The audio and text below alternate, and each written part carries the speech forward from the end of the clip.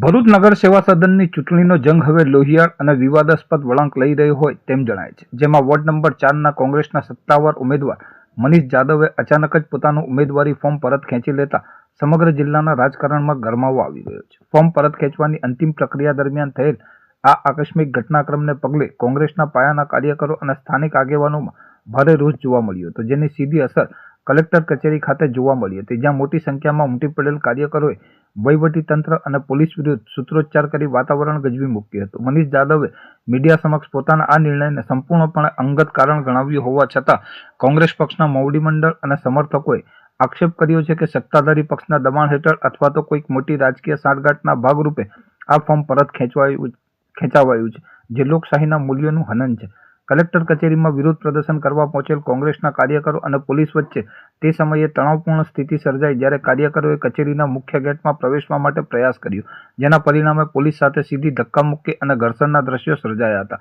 આ હંગામા દરમિયાન કેટલાક કાર્યકરોએ કલેક્ટર કચેરીના કમ્પાઉન્ડમાં બેસીને ધરણા શરૂ કર્યા હતા અને પોલીસ પ્રશાસન હાય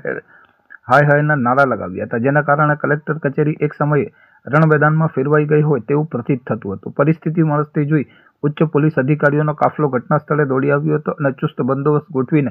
મામલો થાળે પાડવાનો પ્રયાસ કર્યો હતો. જોકે કોંગ્રેસના આગેવાનોએ ચીમકી ઉચ્ચારી છે કે જો આ મામલે યોગ્ય તપાસ નહીં કરવામાં આવે અને ઉમેદવાર પરના કથિત દબાણની સત્યતા બહાર નહીં આવે તો તેઓ આગામી દિવસોમાં આંદોલન વધુ તેજ બનાવશે. હાલમાં તો વોર્ડ નંબર 4ની આ બેઠક પરના રાજકીય સમીકરણો સંપૂર્ણપણે ખોરવાઈ ગયા છે અને સમગ્ર શહેરમાં આ પોલિટિકલ ડ્રામા ચર્ચાનું કેન્દ્ર બન્યો છે.